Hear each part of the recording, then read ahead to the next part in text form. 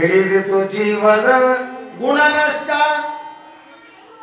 ಮಡಿವಾಳಪ್ಪನ ಹಾಡುಗಳು ತಲೆಯಾಗ ಹೊಕ್ಕು ಅಂದ್ರೆ ಇವತ್ತು ನಾವೊಬ್ಬ ಪುರಾಣಿಕ ಆಗದ ಕಾರಣ ಏನಂದ್ರೆ ಮಡಿವಾಳಪ್ಪ ಸುಳ್ಳೇ ಸುಳ್ಳು ಸುಳ್ಳು, ನೀ ಮಾಡಿದ್ದೆಲ್ಲ ಸುಳ್ಳು. ಎಷ್ಟು ಚಂದ ಹೇಳ್ದ ಮಡಿವಾಳ, ಗಂಡರು ಸುಳ್ಳು, ಮಕ್ಕಳು ಸುಳ್ಳು, ಮನೆ ಸುಳ್ಳು, ನಾ ಸುಳ್ಳು, ನೀ ಸುಳ್ಳು. ಖರೆ ಯಾವಾಗ ಹೇಳ್ಯಾರ ಶರಣರಂದ್ರ ವರ್ಷಕ್ಕೊಮ್ಮ 15 ದಿನ ಪುರಾಣ ಹಚ್ಚಿ ಪುರಾಣ ಕೇಳೋದು ಒಂದೇ ಖರೆ, ಉಳಿದಿದ್ದೆಲ್ಲ ಸುಳ್ಳು ಅಂದ್ರ ಎಲ್ಲ ಸುಳ್ಳು.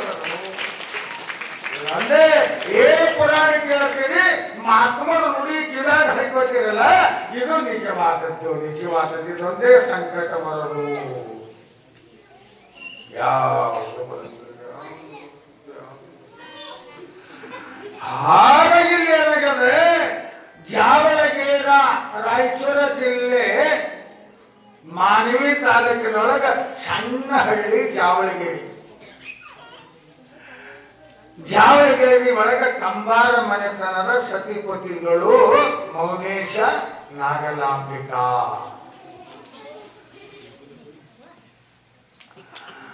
ಅವರಿಬ್ಬರು ಸಂಸಾರ ಹೆಂಗಿತ್ತು ಅಂತ ಕೇಳಿದ್ರೆ, ಯಾರಾದ್ರೂ ಬಂದು ಬಾಗಿಲಿಗೆ ಇಟ್ಕೊಂಡು ಭವತಿ ಭಿಕ್ಷಾಂದೇಹಿ ಎಷ್ಟಂದ್ರೆ ಸಾಕು, ದಪ್ಪನೆ ಮನ್ಯಾಗ ಹೋಗಿ ರೊಟ್ಟಿಗೆ ಮರದಾಗ ಜ್ವಾಳ ಹಾಕೊಂಡು ಬಂದು ನೀಡುವ ಗುಣ ಇತ್ತು ನಾಗಲಾಂಬಿಕೆ.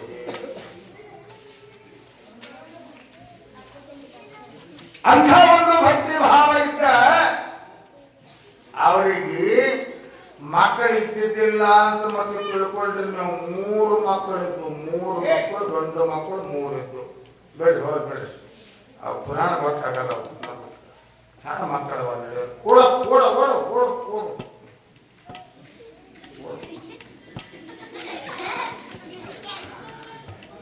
ಬಹಳ ಭಕ್ತಿ ಇತ್ತು. 3 ಗಂಡು ಮಕ್ಕಳಿದ್ದು ಕರೆ ಪರಂತು ಮತ್ತ ಅವರು ಉದರದೊಳಗೊಬ್ಬ ಮಹಾತ್ಮನ ಹುಟ್ಟಬೇಕಾದ್ರೆ ಕಾರಣ ಏನಂತ ಕೇಳಿದಾಗ ಮಾಡ್ತಾರೆ, ಧರ್ಮ ಗ್ಲಾನಿ ಆಗುವಾಗ, ಧರ್ಮ ಕೆಟ್ಟಾಗ ಗುರು ಇಲ್ಲ, ಲಿಂಗ ಇಲ್ಲ, ಜಂಗಮ ಇಲ್ಲ, ಪೂಜೆ ಇಲ್ಲ, ಪುರಸ್ಕಾರ ಇಲ್ಲ, ಜಪ ಇಲ್ಲ, ತಪ ಇಲ್ಲ, ದಾನ ಇಲ್ಲ, ಧರ್ಮವಿಲ್ಲದ ಗುಣಗಳು, ರಕ್ಕಸ ಗುಣಗಳು ಮಾನವರಲ್ಲಿ ಬಂದಾಗ ಒಬ್ಬರ ಅವತಾರ ಪುರುಷರು ಯಾರಿಗಾಗಿ ಬರ್ತಾರೆ? ನಮಗಾಗಿ ಬರ್ತಾರೆ, ನಮ್ಮನ್ನು ಉದ್ಧಾರ ಮಾಡ್ತಾರೆ. ಹಾಗೆ ಕೈಲಾಸದೊಳಗೆ ನಿನ್ನಿನ ದಿವಸ ಪಾರ್ವತಿ ದೇವಿ ಶಿವನ ಅಪ್ಪಣೆ ತಗೊಂಡು ಎಲ್ಲಿಗೆ ಬರಕತ್ತಾಳ ಅಂತ ಕೇಳಿದ್ರೆ, ಕೈಲಾಸ ಮಾರ್ಗವಾಗಿ, ವಾಯು ಮಾರ್ಗವಾಗಿ ಕೈಲಾಸದಿಂದ ಭೂಮಂಡಲಕ್ಕೆ ಬರಕತ್ತಾಳ. ಭೂಮಂಡಲಕ್ಕೆ ಬರಕತ್ತಾಳೆ. ಬರುವಾಗ ಒಂದು ದಿನ ಏನಾಗಿದೆ, ಸತಿಪತಿಗಳಿರುವರು ಮನಕೋಬೇಕಾದ್ರೆ ದೇವರು ಧ್ಯಾನ ಮಾಡಿ ಮನಕೊಡ್ತಾರೆ. ತಗಿ,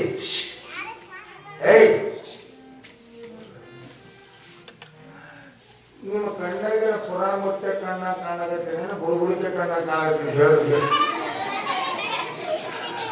ಅವು ಮಾತಾಡ್ತಾವ, ಅವು ನೆಗಸ್ಕೋತಿರ್ಬೇಕು, ಇಲ್ಲಾಂದ್ರೆ ಗದ್ದಲ ಮಾಡ್ಬೇಕು. ಇದೆಲ್ಲ ಮಕ್ಕಳ ಆಟನೇ ಇಲ್ಲ. ಸಂಸಾರ ಮಾಡೋದು ಮಕ್ಕಳ ಆಟನೇ, ಮಕ್ಕಳ ಹರಿಯೋದು ಮಕ್ಕಳ ಆಟನೇ, ಹೊಲ ತಗೊಳ್ಳೋದು ಮಕ್ಕಳ ಆಟನೇ, ಮನೆ ಕಟ್ಟೋದು ಮಕ್ಕಳ ಆಟನೇ. ಎಲ್ಲ ಮಾಡಿ ಕಡೆ ಲಾಸ್ಟ್ ಮನೆ ಒಂದದ. ಅದೇ ನಿಜವಾದ ಮನೆ. ಅದು ಯಾರು ತಿಳ್ಕಿರಲಿಲ್ಲ. ಗಂಡರಿಲ್ಲ, ಮಕ್ಕಳಿಲ್ಲ, ಗಂಡಿಲ್ಲ, ಮನೆ ಇಲ್ಲ, ಮತ್ತೊಂದಿಲ್ಲ, ಆಸೆ ಇಲ್ಲ, ಆಕಾಂಕ್ಷೆ ಇಲ್ಲ, ಹೊಟ್ಟೆ ಹತ್ತೋದಿಲ್ಲ, ನೀರು ಕೆಂಡಿಲ್ಲ. ಅಂತದರೊಳಗೆ ಎಲ್ಲವನ್ನ ತ್ಯಾಗ ಮಾಡಿ ಗುರುಲಿಂಗ ಜಂಗಮರ ಸೇವೆಯನ್ನು ಮಾಡುವವರು ರಾತ್ರಿ ಮನಕೋಬೇಕಾದ್ರೆ ನಿಮಗೊಂದು ಮಾತು ಹೇಳ್ತೀನಿ, ಭಾಳ ಕನಸು ಬೀಳ್ತಾರಿಯಪ್ಪ ನಮಗ. ಯಾಕ ನಮಗ ಮೈನೇ ಆರಾಮಿರಲ್ಲ ನೋಡ್ರಿ. ಮನ್ಕೊಂಡಾಗ ಮೈ ಕಾವಾಗ್ತದ, ಮೈ ಹೊಡಿತದ ನಿಂಗಿದ್ರೆ ನೀವೇನು ಮಾಡೋದಿಲ್ಲ. ವಿಭೂತಿ ತಗೊಂಡು ಹಿಂಗೆ ಮಾಡಿಕೊಂಡು ಶಿವನ ಧ್ಯಾನ, ಗುರುವಿನ ಧ್ಯಾನ ಮಾಡಿ ಮೈತುಂಬ ಹೊರಿಸ್ಕೊಂಡು ಹಣ್ಣಿಗೆ ವಿಭೂತಿ ಹಚ್ಕೊಂಡು ನಿಮ್ಮ ಮನೆದೇವ್ರ ಹೆಸರು ತಗೊಂಡು ನಮಸ್ಕಾರ ಮಾಡಿ ಮಾಡ್ಕೋರಿ, ಎಲ್ಲ ಪೀಡ ಶಾಚಿಗಳು ಹೋಗ್ತಾವ ಅಂತ.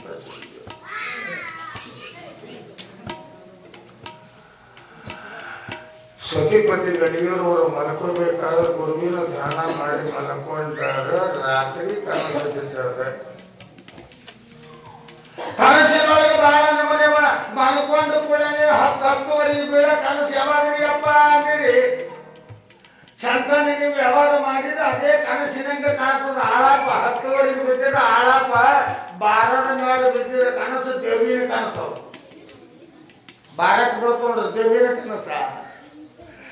ನಸಿಕಿನ್ಯಾಗ 4 ಗಂಟೆಗೆ ಸುಪ್ರಭಾತದ ಸಮಯದೊಳಗೆ ಬಿದ್ದ ಕನಸು ಮಾತ್ರ ಅದು ಭಗವಂತನ ಕನಸ. ಅದು ಮಹಾತ್ಮರ ಕನಸ. ನಮ್ಮ ಜನ್ಮ ಸಾರ್ಥಕ ಮಾಡುವ ಕನಸ.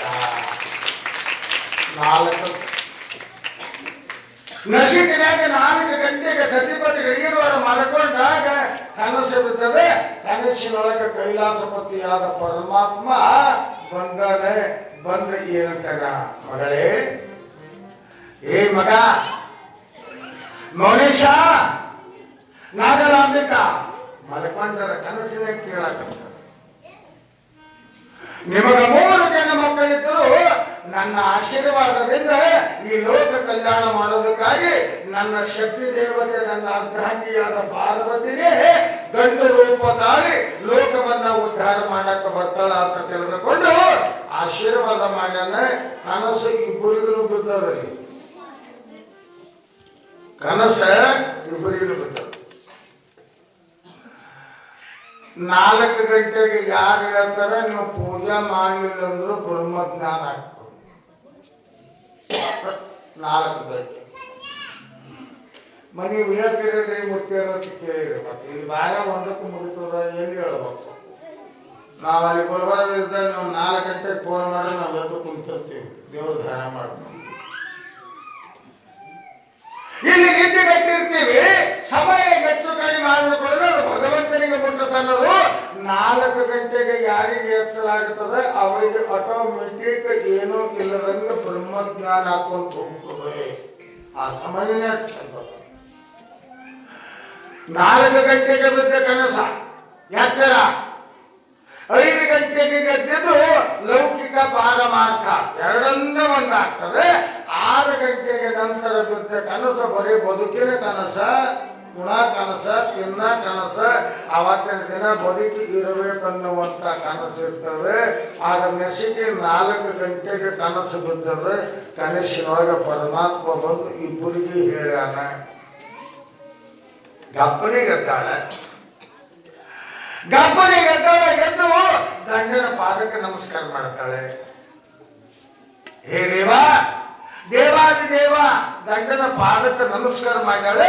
ಅವಾಗ ಮೌನೇಶ ಕೇಳ್ದ, ಯಾಕೆ ದೇವಿ ನಾಗರಮ್ಮ ಯಾಕೆ ಗಡಬಡಿಸಿ ಅಂತ. ಸ್ವಾಮಿ, ನಾವನ್ನ ಕನಸು ಕಂಡೀನಿ.